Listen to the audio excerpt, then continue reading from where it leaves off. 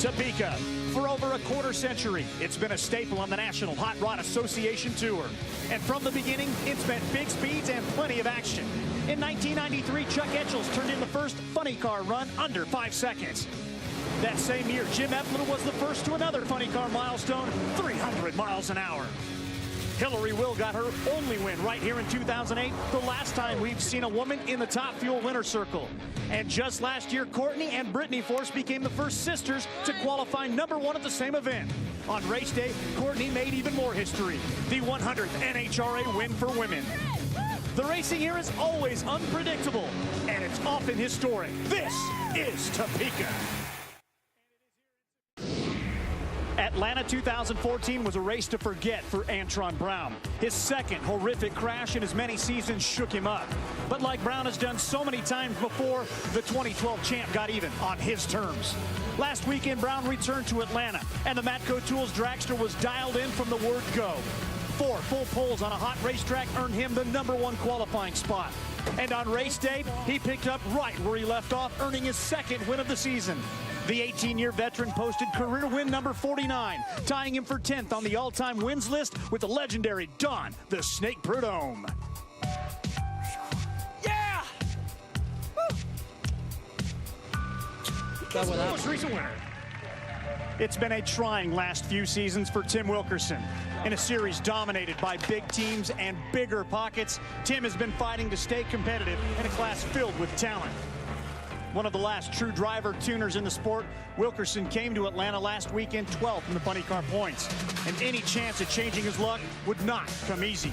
He faced 3 series champions, Del Worsham, Jack Beckman, and John Force in the first 3 rounds of eliminations. But each time, Wilk and his Warriors were up for the challenge. In the final, he squared off against points leader Ron Capps. And for the first time in 85 races, Tim Wilkerson found himself back in the winner's circle. But perhaps more importantly, back in the top 10 in points. And just a few moments ago, the NHRA Mello Drag Racing Series. Sammy Hagar Montrose, get on your bad motor scooter and ride, stat guy. The Nitro Harleys are at the Lucas Oil Nationals. You gotta love it. 2 wheels. V-twin fuel injected on nitro. They run over 230 miles per hour. Some of them running the low 60s, Dave. Yeah, they've got 2 wheels, but they only use 1.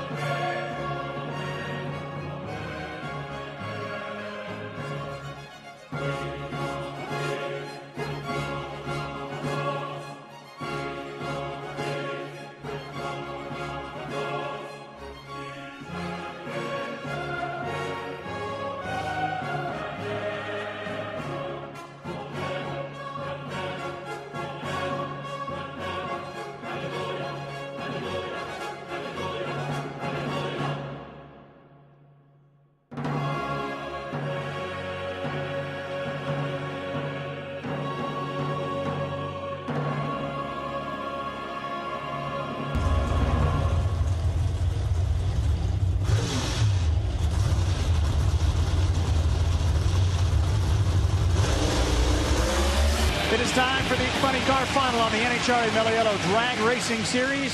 The Lucas Oil Nationals, Heartland Park, Topeka, which has produced a spectacular weekend for the Floppers. And when it's all said and done, the last two men standing, Jack Beckman, John Force, the two drivers who have run sub 4 seconds the most in the 1,000-foot era each now. Who wins a piece? Something's going to change right here. Oh, they're getting after it. Wow. 398, 498 with a 4. Hallelujah, brothers. You got it, man. Beckman's 17th career funny car win. Swim started hot down there and have you worried. Nice job, guys. So now it's time for our top fuel final. Will it be Larry Dixon or will it be Richie Crampton? A rematch of the Las Vegas final round from earlier this year, won by Richie. Dixon, one of 7 drivers with 2 Heartland Park wins. Nobody's got 3. And that continues. A big-time fire by Dixon, but it's Crampton that's going to hold the little gold man. Man, that was an explosion. Another supercharger bites the dust.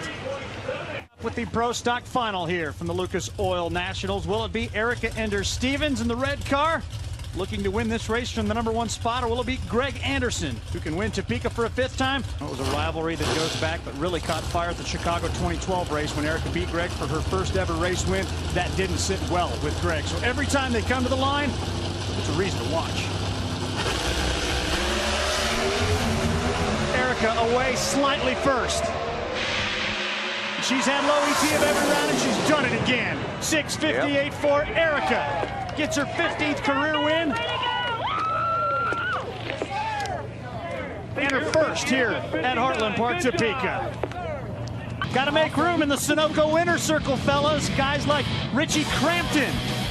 Getting his 4th win and pretty much almost a dominating performance. That Aaron Brooks really knows how to run a race car in a cool condition. Last year's Rookie of the Year doing it in style, as is Jack Beckman. The 2nd win for him in the Jimmy Prock era. The 17th win of his career also gave Don Schumacher his 250th as an organization. Just a great win for that team, and I'll tell you what, Jimmy Prock and that team are going to be one to watch the rest of the season. 15 sub 4-second runs, 11 passes in nitro categories that fit in the top 10 of E-tier speed, and we destroyed every track record Heartland Park had to offer. Couldn't say thanks enough to Bob Lang, Jeff Parker, and the rest of the NHRA Safety Safari. For Mike, John, Gary, the stat guy, and the rest of our ESPN crew, thanks for joining us today. I'm Dave Reef. We'll see you next when we go Mello Yellow Drag Racing in Englishtown. We're heading to the Summer Nationals. Woo! Woo! Awesome. 399 too, it doesn't even get bonus I'll points. tell you what amazes me is you drivers that go out and strap yourselves into these land-based rockets and go through moments like this. This was Doug Coletta Friday, popping the top. Doesn't look that dramatic in high speed, but you slow it down, it most certainly is. His crew chief is Jim Oberhofer. He certainly knows what went wrong with this car. Yeah, Dave, you said it didn't look that dramatic until you slow it down, but look at the dramatic damage. That's the bottom of the intake manifold. Look at that huge hole it blew out right there, and I'm standing with Jim O to explain to us what causes something like that. Well, the first thing you got to do is you got to put nitromethane in it, and then it'll happen. But yesterday on the first run, Doug Coletta's Mac Tools car was running very well, and this little titanium valve spring retainer, it broke, which basically allowed the intake valve to drop and cause the explosion. Amazingly enough, not one rod came out of the engine. We did oil the track down. A lot of it was because of the hole in the bottom of the manifold allowed, the oil to come up and come out. But, Alan Johnson built this new manifold, and he made it a lot stronger to try to make things safer for the fans out there in case we have an explosion. And it did its job. I mean, the manifold stayed together except for the bottom. No parts went flying everywhere. It just put some oil out on the racetrack and hurt our feelings. And Alan told me last night that I should be proud. I'm the first one to break one of his new manifolds. So you've never seen it blow out the bottom like that, huh? The old stuff we have, but not the new stuff, and it'll be a cool picture frame, I think, right now. Yeah, I think so too, guys. A picture frame from an intake manifold. Big nail to hang that thing from. Weighs a couple pounds, doesn't it?